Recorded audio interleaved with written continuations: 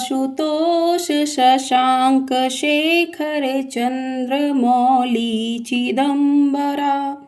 कोटि कोटि प्रणाम शंभु कोटि नमन दिगंबरा। हर हर महादेव। श्री शिवाय नमस्तुभ्यम। आप सभी को सावन मास की हार्दिक शुभकामनाएं। आप सभी पर भगवान भोलेनाथ की कृपा सदा सर्वदा बनी रहे। आज की वीडियो में आप सुनेंगे सावन मास महात्म्य का अध्याय 11। प्रिय श्रोताओं, आज सावन मास की कथा श्रृंखला का 11वां दिन है और यह दिन है सोमवार का। भगवान भोलेनाथ को विशेष रूप से समर्पित दिन और आज तो और भी दुर्लभ संयोग है क्योंकि सावन मास के कृष्ण पक्ष की कामिका एकादशी भी है। इस पावन अवसर पर हम नमन करते हैं महादेव के अत्यंत कृपालु चंद्रशेखर रूप को, जिनके मस्तक पर विराजमान चंद्रमा शीतलता, संयम और ब्रह्म ज्ञान का प्रतीक है। उनके साथ साथ हम माता पार्वती और चंद्रदेव और समस्त शिवगणों को भी वंदन करते हैं। तो आज की कथा से पहले हम सभी प्रार्थना करते हैं कि हे चंद्रेश्वर भोलेनाथ, हमारे भीतर की अस्थिरता, अशांति और अहंकार को दूर करें। हे माता पार्वती, हमें अचल श्रद्धा, सरलता और सेवा का वरदान प्रदान करें। हे सोमदेव, हमारी बुद्धि को शीतलता, मन को स्थिरता और वाणी को मधुरता प्रदान करें। यदि किसी भी व्रत, पूजन या कथा श्रवण में हमसे कोई त्रुटि हो गई हो तो उसे कृपया क्षमा करें और अपने चरणों में स्थान दें। आज का यह सोमवार सावन मास के बीचों बीच वह शुभ दिन है जब शिव भक्ति अपने चरम पर होती है। यह दिन मन, वचन और कर्म से स्वयं को भगवान शिव के चरणों में अर्पित करने का है। सभी प्रेम से बोलिए, चंद्रशेखर भगवान भोले शंकर नाथ की जय, माता पार्वती की जय। तो प्रिय श्रोताओं, अब हम सुनते हैं आज का अध्याय 11। महादेव जी कहते हैं कि हे महादेवी, पूर्व काल में जब स्वयंभू मनवंतर का त्रेता युग चल रहा था, उस समय श्वेत केतु नाम के एक राजस्वी थे। वे बड़े भारी तपस्वी थे। उन्होंने प्रवास क्षेत्र में आकर समुद्र के तट पर शिवलिंग की स्थापना करके महान तप आरंभ कर दिया। तपस्या और नियम का पालन करते हुए उनके 14 वर्ष बीत गए। तब एक दिन मैंने उन्हें दर्शन देकर कहा, सुब्रत वर्मा। तब श्वेत केतु बोले, प्रभु मुझे अपनी अविचल भक्ति दीजिए और इस स्थान पर सदा निवास कीजिए। तब तथास्तु कहकर मैं वहां से अंतर्ध्यान हो गया। कुछ समय के बाद राजा श्वेत केतु ने उस लिंग की आराधना करके महान अभ्युदय युक्त स्थान को प्राप्त किया, इसलिए उस शिवलिंग का नाम श्वेत केतेश्वर हो गया। इसके बाद कलयुग आने पर पवन पुत्र भीमसेन अपने भाइयों के साथ तीर्थ यात्रा के प्रसंग से प्रभास क्षेत्र में आए। वहां उन्होंने रात्रि में जागरण करके समुद्र के समीप श्वेत केतवेश्वर लिंग का पूजन किया। तब से उसका नाम भीमेश्वर लिंग पड़ गया। श्वेत केतवेश्वर लिंग का एक बार दर्शन मात्र कर लेने से अन्य जन्मों में किए हुए तथा इस जन्म के भी बहुत से पाप तुरंत ही नष्ट हो जाते हैं। भीमेश्वर से पूर्व और सोमनाथ से अग्निकोण में सरस्वती द्वारा स्थापित महाप्रभावशाली रवेश्वर लिंग है। मनुष्य को चाहिए कि वह सरस्वती देवी तथा भैरवेश्वर लिंग का विधिवत पूजन करे। जो महानवमी को विधिवत स्नान करके सरस्वती देवी का पूजन करता है वह बाड़ी जनित समस्त दोषों से मुक्त हो जाता है। जो अघोर मंत्र से दूध के द्वारा उस लिंग को स्नान कराकर उसकी पूजा करता है वह यात्रा के उत्तम फल को पा लेता है। वहां से चंडीश्वर देव के पास जाएं। वह स्थान सोमनाथ के दक्षिण 7 धनुष की दूरी पर स्थित है। पूर्व काल में चंडी देवी ने भगवान दंडपाड़ी की स्थापना की थी। इसके बाद मेरे गढ़ चंड ने उस लिंग की आराधना की और बड़ी भारी तपस्या की। इस कारण पृथ्वी पर वह चंडेश्वर लिंग के नाम से विख्यात हुआ। चंडेश्वर को दूध, दही, मधु, घी और ईख के रस से स्नान कराएं और उनके श्री अंग में कुमकुम का लेप करें। फिर कपूर, खस और कस्तूरी मिलाया हुआ सुगंधित चंदन लगाएं। इसके बाद फूलों से उनका पूजन करें। इसके बाद धूप और अंगूर निवेदित करके अपने वैभव के अनुसार वस्त्रों से पूजन करें। उत्तम नैवेद्य लगाकर दीपमाला जलाकर रखें और ब्राह्मणों को यथाशक्ति दक्षिणा दें। इस प्रकार करने से पितरकल्प पर्यंत तृप्त हो रहते हैं। हे पार्वती, सोमनाथ से पश्चिम 7 धनुष की दूरी पर आदित्येश्वर नामक शिवलिंग के समीप जाएं, जिसकी स्थापना साक्षात भगवान सूर्य ने की है और जो सभी पातकों का नाश करने वाला है। त्रेता युग में महात्मा समुद्र ने 10,000 वर्षों तक रत्नों द्वारा आदित्येश्वर का पूजन किया था। इससे पृथ्वी पर इसका नाम रत्नेश्वर प्रसिद्ध हो गया। रत्नेश्वर को पंचामृत से नहलाकर पंच रत्नों द्वारा उनकी पूजा की जाती है। इसके बाद तरह तरह के उपचारों से विधि पूर्वक उनकी अर्चना करनी चाहिए। ऐसा करने पर मनुष्य मेरु पर्वत के दान का फल पाता है। उसे सब तीर्थों के सेवन का फल प्राप्त हो जाता है और वह अपने पितृ कुल और मातृ कुल दोनों का उद्धार कर देता है। रत्नेश्वर का दर्शन करके मनुष्य अपने सभी पाप धो डालता है। जो विधि पूर्वक रत्नेश्वर लिंग की पूजा करके शत्रु रुद्री का जप करता है, वह फिर इस संसार में दोबारा जन्म नहीं लेता। महादेवी वहां से परम उत्तम अंगारकेश्वर के समीप जाएं, जिसकी स्थापना भूमिपुत्र मंगल ने की है। वह स्थान सोमनाथ से ईशान कोण में है। पूर्व काल में मंगल ने प्रवास क्षेत्र में आकर बाल्यावस्था से ही तपस्या द्वारा मेरी आराधना की थी। तब मैंने संतुष्ट होकर उन्हें वर मांगने के लिए कहा। मंगल बोले कि हे सर्वेश्वर, मुझे ग्रह का पद प्रदान कीजिए। तब मैंने तथास्तु कहकर मंगल को यह बताया कि जो भी मनुष्य वहां आकर भक्ति पूर्वक तुम्हारी पूजा करेगा, उसे कभी भी तुम्हारे द्वारा दी हुई पीड़ा नहीं भोगनी पड़ेगी। ऐसा कहकर मैं वहीं अंतर्ध्यान हो गया। देवी मंगल देव ग्रहों के मध्य में विमान पर विराज रहे हैं। अंगारेश्वर से उत्तर दिशा में महाप्रभावशाली बुद्धेश्वर विद्यमान है। उनका स्थान वहां से अधिक दूरी नहीं, 2 ही धनुष के अंतर पर है। वे दर्शन मात्र से ही सब पाप हर लेते हैं। हे देवेश्वरी, बुद्ध ने पूर्व काल में वहां बड़ी भारी तपस्या की और निर्मल शिवलिंग स्थापित किया। इससे संतुष्ट होकर मैंने बुद्ध को भी गृहत्व प्रदान किया है। बुधवार को और अष्टमी के योग में बुद्ध द्वारा स्थापित शिवलिंग की विधिवत पूजा करके मनुष्य राजसूय यज्ञ का फल पा लेता है। बुद्धेश्वर के प्रसाद से उसके कुल में दुख और दुर्भाग्य प्रवेश नहीं करते। उमा मंदिर के पूर्व भाग में सिद्धेश्वर से आग्नेय कोण में बृहस्पति द्वारा स्थापित महालिंग है और बृहस्पति जी ने भक्ति भाव से उसकी आराधना करके मुझ देवेश्वर शिव को संतुष्ट किया। इससे उन्होंने संपूर्ण मनोवांछित फल प्राप्त कर लिए। मुझसे ज्ञान पाकर वे देवताओं के पूजनीय गुरु हो गए और ग्रह के पद पर प्रतिष्ठित होकर इस समय स्वर्गलोक में आनंद भोगते हैं। बृहस्पतिश्वर का भक्ति भाव से दर्शन करके मनुष्य कभी दुर्गति में नहीं पड़ता। उसे बृहस्पति की ओर से पीड़ा नहीं मिलती। शुक्ल पक्ष की चतुर्दशी तथा गुरुवार के योग में पंचोपचार से विधि पूर्वक उक्त लिंग की पूजा करके मनुष्य परम पद को प्राप्त कर लेता है। फिर विविधोत्तर से पश्चिम थोड़ी ही दूरी पर शुक्राचार्य के द्वारा स्थापित शिवलिंग है, जहां शुक्र ने शुक्रेश्वर शिव के प्रभाव से मृत संजीवनी विद्या प्राप्त की थी।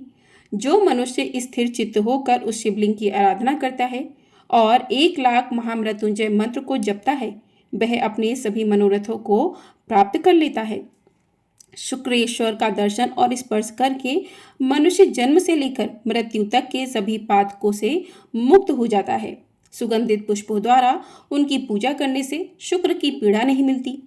बुद्धेश्वर से पश्चिम और अजा देवी से अग्निकोण में समीप ही 5 धनुष की दूरी पर शनिश्वर का स्थान है। छायानंदन शनिश्वर ने अत्यंत कठिन तपस्या करके उस लिंग में मुझ अनादि अनंत शिव को उतारा है।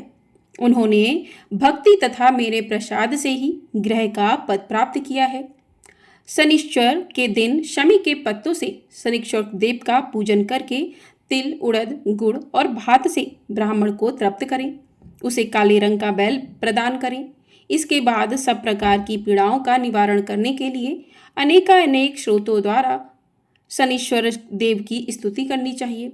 जो भी मनुष्य प्रतिदिन भक्ति भाव से शनिश्चरेश्वर का स्मरण करते हैं, उसके ऊपर सूर्य नंदन शनिश्चर प्रसन्न होते हैं।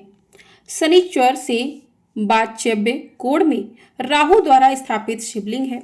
वहां विप्रचित के पुत्र राहु ने 1 सहस्त्र वर्ष तक कठिन तपस्या की थी।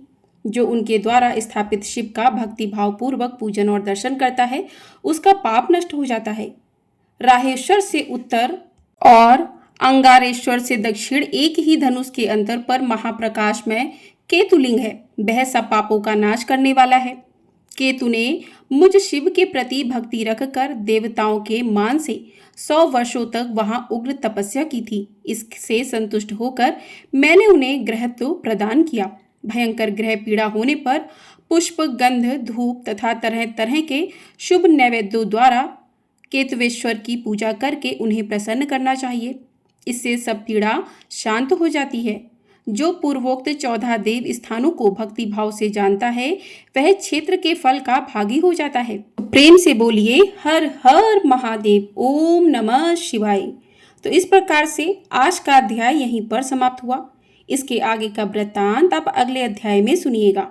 तो प्रिय श्रोताओं, अब रसपान कीजिए भगवान शिव के 12 दिव्य ज्योतिर्लिंगों में से एक मल्लिका अर्जुन ज्योतिर्लिंग की कथा का। कल की कथा में हमने सुना था भगवान सोमनाथ, जो कि पहली ज्योतिर्लिंग है, उनकी कथा का विवरण। आज हम सुनेंगे मल्लिका अर्जुन की कथा का विवरण। प्रिय श्रोताओं, 12 ज्योतिर्लिंगों में से एक मल्लिका अर्जुन ज्योतिर्लिंग की कथा है। मल्लिका अर्जुन ज्योतिर्लिंग एकमात्र ऐसा ज्योतिर्लिंग है जहां पर भगवान शिव और मां पार्वती एक साथ विराजमान है, जिस कारण इसे दक्षिण का कैलाश भी कहा जाता है, क्योंकि कैलाश पर्वत पर भगवान शिव और मां पार्वती एक साथ ही विराजमान होते हैं। पौराणिक मान्यताओं के अनुसार श्री शैलम पर्वत पर भगवान शिव और मां पार्वती जी की पूजा करने से अश्वमेघ यज्ञ के बराबर फल की प्राप्ति होती है। इस ज्योतिर्लिंग के पास ही देवी जगदम्बा का मंदिर भी है, जिसकी बहुत मान्यता है। कहते हैं कि यहाँ पर आने वाला भक्त कभी भी खाली हाथ नहीं जाता। इस ज्योतिर्लिंग के बारे में पौराणिक मान्यता यह भी है कि भगवान शिव के दोनों पुत्र यानी कि भगवान गणेश और भगवान कार्तिकेय के बीच पहले विवाह होने को लेकर विवाद हुआ था, जिसके फलस्वरूप मल्लिकार्जुन ज्योतिर्लिंग का निर्माण हुआ। वैसे मल्लिकार्जुन ज्योतिर्लिंग के विषय में 2 पौराणिक कथाएं प्रचलित हैं, जिसमें से आज आप दोनों ही कथाओं का रसपान करेंगे। पहली पौराणिक कथा के अनुसार जब गणेश जी और कार्तिकेय जी विवाह के लिए झगड़ा करने लगे, तब भगवान शिव ने उनसे कहा कि जो पहले इस पृथ्वी का चक्कर लगा कर आएगा, उसी का विवाह पहले करवा दिया जाएगा। माता पिता की आज्ञा लेकर कार्तिकेय जी तो तुरंत उसी क्षण अपने वाहन मयूर पर सवार होकर पृथ्वी की परिक्रमा करने के लिए चल दिए, लेकिन गणेश जी का वाहन मूषक था। ऊपर से गणेश जी भी मोटे थे, तो ऐसे में जब तक वह पृथ्वी का चक्कर लगा कर आते, तब तक तो बहुत देर हो जाती। इस पर गणेश जी को कहते हैं कि बुद्धिमान भी बहुत हैं, उन्हें बुद्धि प्रदाता भी कहा जाता है। तो गणेश जी ने अपने माता पिता की ही 7 बार परिक्रमा कर ली। तब गणेश जी का विवाह रिद्धि सिद्धि के साथ करा दिया गया। उधर जब कार्तिकेय जी पूरी पृथ्वी का चक्कर लगाने के बाद वापस आए, तो उन्होंने देखा कि गणेश जी का विवाह तो पहले ही हो गया है, जिस पर वो भगवान शिव और देवी पार्वती से नाराज हो गए।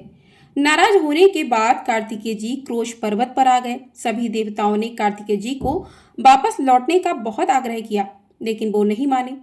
तब माता पार्वती और भगवान शिव को अपने पुत्र का वियोग होने लगा, जिससे वे दुखी हो गए। ऐसे में एक दिन जब भगवान शिव और माता पार्वती से नहीं रहा गया, तो वे दोनों स्वयं ही अपने पुत्र से मिलने के लिए क्रोश पर्वत पर आ गए। लेकिन कार्तिकेय ने अपने माता पिता को आता हुआ देखा तो और दूर चले गए। अंत में अपने पुत्र के दर्शन की लालसा से भगवान शिव ज्योतिर्रूप धारण कर उसी पर्वत पर विराजमान हो गए। कहा जाता है कि उसी दिन से यह शिवलिंग मल्लिकार्जुन ज्योतिर्लिंग के नाम से जाना जाने लगा। मल्लिकार्जुन ज्योतिर्लिंग आंध्र प्रदेश के कृष्णा जिले में कृष्णा नदी के तट के पास श्री शैल पर्वत पर स्थित है और इसी को दक्षिण का कैलाश भी कहा जाता है। दूसरी पौराणिक मान्यता के अनुसार इसी पर्वत के पास चंद्रगुप्त नामक एक राजा की राजधानी थी। एक बार राजा की कन्या किसी विशेष विपत्ति से बचने के लिए अपने माता पिता के महल से भागकर इस पर्वत पर चली गई। वहां जाकर वह वही के ग्वालों के साथ कंदमूल और दूध आदि से अपना निर्वाह करने लगी। उसी राजकुमारी के पास एक श्यामा नाम की गाय थी, जिसका दूध हर दिन कोई दूध लेता था। एक दिन उसने चोर को दूध होते हुए देख लिया और वह क्रोध से उसे मारने के लिए दौड़ी। जैसे ही वह गाय के निकट पहुंची तो वहां पर उसे शिवलिंग के अलावा कुछ भी नहीं मिला। बाद में शिव भक्त उस राजकुमारी ने उस जगह पर एक भव्य मंदिर का निर्माण कराया। तब से भगवान मल्लिकार्जुन वहीं पर प्रतिष्ठित हो गए। हमारे धार्मिक ग्रंथों में मल्लिकार्जुन ज्योतिर्लिंग की कथा का गुणगान किया गया है। महाभारत के अनुसार श्री शैल पर्वत पर भगवान शिव और मां पार्वती का पूजन करने से जीवन की सारी बाधाएं दूर हो जाती हैं और सारे पापों का नाश भी हो जाता है। मन चाहे इच्छा की पूर्ति होती है। इसलिए अपने जीवन काल में यदि संभव हो तो एक बार सभी 12 ज्योतिर्लिंगों के दर्शन अवश्य करने चाहिए। प्रेम से बोलिए मल्लिकार्जुन भगवान शिव शंभुनाथ की जय। तो इस प्रकार से दूसरे ज्योतिर्लिंग मल्लिकार्जुन की कथा पूर्ण हुई। कल की वीडियो में हम सुनेंगे तीसरे ज्योतिर्लिंग ओमकालेश्वर की कथा। तो आपको आज की वीडियो पसंद आई हो तो वीडियो को लाइक कर दीजिएगा। चैनल पर नए हैं तो चैनल को सब्सक्राइब भी कर लीजिएगा और आगे की कथाओं को सुनने के लिए चैनल को ढेर सारा अपना प्यार सपोर्ट अवश्य दीजिएगा। आइए अब करते हैं भगवान भोलेनाथ की आरती। ओम जय शिव ओमकारा प्रभु हर शिव ओमकारा ब्रह्मा विष्णु सदा शिव अर्धांगी धारा। ओम जय शिव ओमकारा एकानन चतुरानन पंचानन राजे हंसानन गरुड़ासन वृषवाहन साजे। ओम जय शिव ओमकारा दो भुज चार चतुर्भुज 10 भुज अति सोहे त्रिगुण रूप निरखते त्रिभुवन जन मोहे। ओम जय शिव ओमकारा अक्षमाला वनमाला मुंडमाला धारी त्रिपुरारी कंसारी करमाला धारी। ओम जय शिव ओमकारा श्वेतांबर पीतांबर बागंबर अंगे सनकादिक गरुड़ादिक भूतादिक संगे। ओम जय शिव ओमकारा कर के मध्य कमंडलु चक्र त्रिशूल धरता जग करता जग भरता जग पालन करता। ओम जय शिव ओमकारा ब्रह्मा विष्णु सदा शिव जानत अभिवेका प्रणवाक्षर के मध्य ये तीनों एका। ओम जय शिव ओमकारा काशी में विश्वनाथ विराजत नंदनी ब्रह्मचारी नित उठ भोग लगावत महिमा अति न्यारी। ओम जय शिव ओमकारा शिव ओमकारा शिव ओमकारा हर ओंकारा ब्रह्मा विष्णु सदा शिव अर्धांगी धारा। ओम जय शिव ओमकारा त्रिगुण शिव जी की आरती जो कोई नर गावे कहत शिवानंद स्वामी सुख संपत्ति पावे। ओम जय शिव ओमकारा प्रभु हर शिव ओमकारा प्रभु हर शिव ओमकारा। तो प्रेम से बोलिए हर हर महादेव। ओम नमः शिवाय। जय शिव शंभु भोलेनाथ की जय। तो इस प्रकार से आज का अध्याय और भगवान भोलेनाथ की आरती यहीं पर पूर्ण हुई। इसके आगे का वृत्तांत, इसके आगे की कथा और जो ज्योतिर्लिंग 12 ज्योतिर्लिंग की कथाएं सुना रहे हैं वो आपको हमारे अध्याय के साथ ही सुनने के लिए मिलेंगी। तो चैनल को सब्सक्राइब नहीं किया है तो सब्सक्राइब अवश्य कर लीजिए और ढेर सारा अपना प्यार अवश्य दीजिएगा। और सावन सोमवार की कथा आपको हमारे चैनल पर मिल जाएगी तो आप लोग जाकर उसे भी सुन सकते हैं। और साथ ही कामिका एकादशी है आज, तो कामिका एकादशी की कथा भी आपको हमारे चैनल पर सुनाई जा रही है, तो आप लोग उसे भी अवश्य सुनिएगा। महादेव से प्रार्थना करते हैं कि महादेव हम सभी भक्तों की सभी मनोकामनाओं को पूर्ण करें और अपना आशीर्वाद हम सभी भक्तों पर बना रहे। जो भी भक्त सावन के सोमवार या सावन के व्रत नहीं कर सकते हैं, पूजा नहीं कर सकते हैं, असमर्थ हैं पूजा करने में, तो आप इन कथाओं को यदि सुन लेते हैं, इन कथाओं का श्रवण कर लेते हैं, रसपान करते हैं, तो कहते हैं कि भगवान भोलेनाथ की उतनी ही कृपा प्राप्त होती है जितनी पूजा करने से। क्योंकि कहते हैं सच्चे मन से की गई प्रार्थना कभी खाली नहीं जाती। और भगवान भोलेनाथ तो बहुत भोले हैं, बहुत दयालु हैं। वो अपने भक्तों की सभी मनोकामनाएं बहुत जल्दी सुनते हैं और बहुत जल्दी पूरा करते हैं। तो प्रेम से बोलिए हर हर महादेव। ओम नमः शिवाय। श्री शिवाय नमस्तुभ्यम। वीडियो पसंद आई हो कमेंट बॉक्स में हर हर महादेव अवश्य लिखिएगा। हर हर महादेव। ओम नमः शिवाय।